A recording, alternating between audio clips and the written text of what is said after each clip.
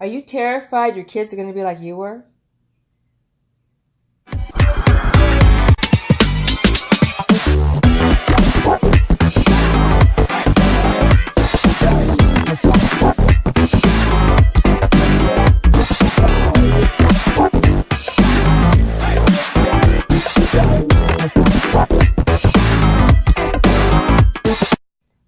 Hello, I'm Sandra Jones-Keller, author of 21 Lessons to Empower the New Age Kid, and this is my husband. Thomas Keller. Are you sure? I think so, yes. So Thomas has something that was very emotional to him, so you're just going to jump right in. Yeah, I was driving to the gym this morning, and I heard this PBS segment on this 30-year-old woman who had a 2-year-old child who had passed away from a drug overdose, and she had been struggling with drug addiction since she was in high school at a high school party at 16, and that's when it all began for her. And she had gone back and forth between addiction and then being clean, and she was such a different person when she was clean and such a dark person when she was doing the drugs again. And it caught me very emotionally because I have a 12-year-old daughter now, and I was thinking back to my teens and the struggles that I went through searching for peace in my teens and my 20s. And what I realized was I didn't want my daughter to have to go through the struggles that I went through because I knew how painful that had been for myself and the people around me. I had completely disconnected from my family for 12 years, from when I was 19 years old until 31. And I had driven out to California to quote unquote, create my life the way I thought I should be. And what I realized during those years out there was that no matter where I went, I was always there. That the struggle that I was experiencing to find peace, experiencing was always within me. And even though I didn't have any other information to deal with it, I had blamed my parents for things that I thought they had done or didn't do. And as I went through my years coming back into communication with them, I realized that the struggle always had been within me. It was not anything that they had done. Okay, so now how does that relate to parenting? Because we want to offer here's something. How. So because it is because I don't want my daughter to go through the struggles I went through.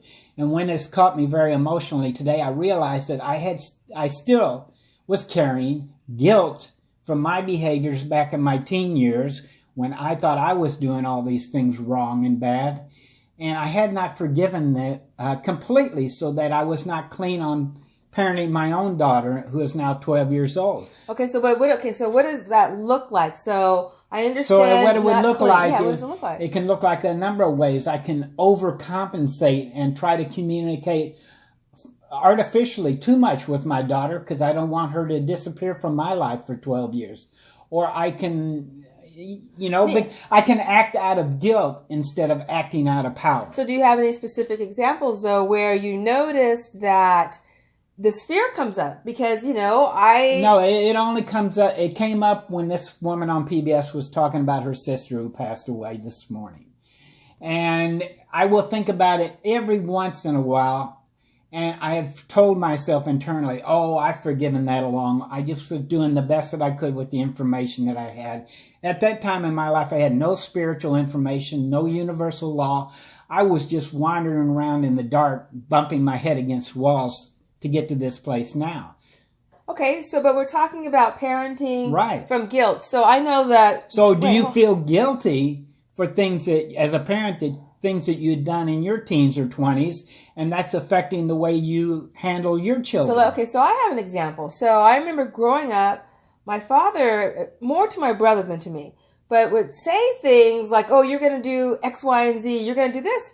Like, these things weren't even in my awareness, in my consciousness. Right. And, I didn't know it at the time, but he was projecting the things that he had done, the things that he was terrified that we were going to do, and then projecting that energy out so much that then started creating it, more so in my brother than with me. But, it impacted me, and it impacted me in a way of like, I just want to get away from here. Right. Because of the negativity, because I was being accused of things that not only was I not doing, but wasn't even like thinking about doing. Right. And so that guilt that he was experiencing then turned into trying to be strict, trying to be controlling, trying to prevent things from happening that weren't even in my consciousness and awareness. Yes, because as a parent, we are parenting out of guilt, feeling bad for the ways we behaved as teenagers or in our 20s, feeling guilty, and then we're afraid our child is going to do the same thing. But actually, our child is just a mirror of ourselves at this time. So if I haven't forgiven completely where I thought I was wrong in my teens and 20s, I will bring that into my present day relationship with my daughter. Wait, whether it's actually verbally speaking those things, That's right. or whether it's energetically, like the thoughts, like, yes. We become so afraid of that thing happening that the energy is going out there, right. and, Mecca is receiving it, or your child is receiving it, and then it has to come back in some form. So it's whether it's not, you don't have to necessarily be saying these things to your child, but it could be thinking them and then parenting from a place of trying to prevent. That's why it is so important to do your forgiveness work for whatever I feel like I did wrong when I was in my teens and 20s, as opposed to hiding it. When things like this morning came up, I immediately realized I wasn't really completely clean on what I had done in my 20s.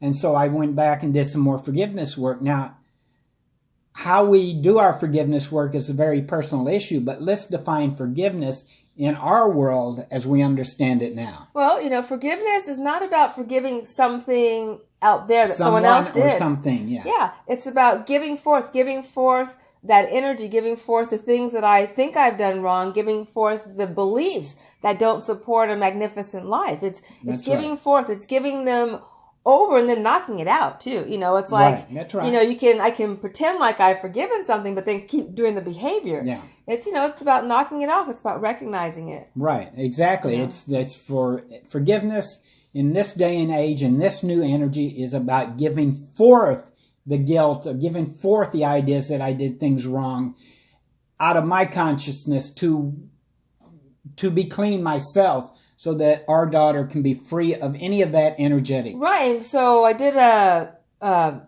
presentation last night talking about consciously raising a new age kid. And one of the things we talked about was cleaning up our own stuff so that our children can thrive. Right. Because we talked about mirroring in the conversation last night. And you put it great. You said, our kids are out picturing the behaviors and things that disturb us because they're in our consciousness. Because they're in our consciousness, yes.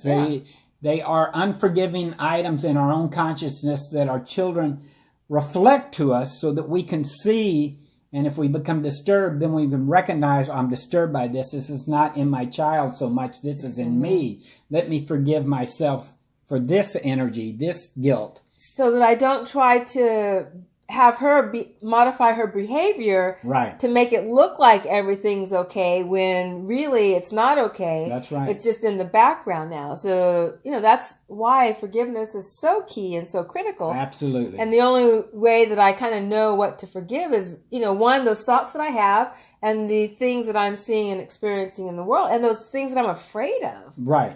It's like, and that's right. And like sometimes like they're irrational fears, like, something that's not even occurring in the moment that triggers you, like this podcast that you listened to today, where this fear or sadness or whatever comes up that has absolutely nothing to do with Mecca. That's right. And so that's a good indicator that it's something else. Yes. Now, that's why the forgiveness work on our own personal level is so important. And for me, forgiveness is a very personal issue.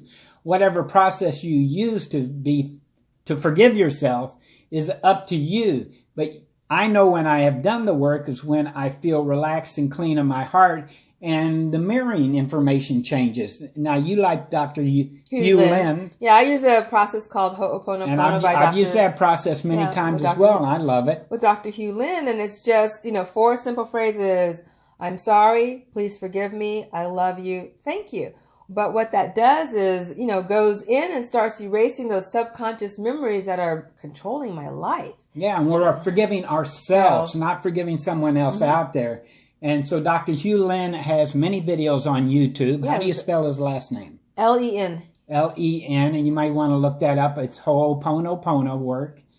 Yeah. But as I said, forgiveness is a process. It's completely personal. Sometimes just seeing the information that disturbs me is enough for me to forgive it and let it go. Yeah, more to come. I mean, we can talk about forgiveness forever. So I just want to thank you for being with us.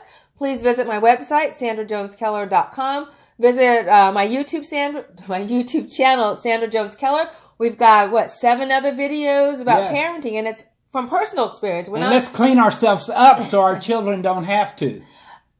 Till next time. Bye.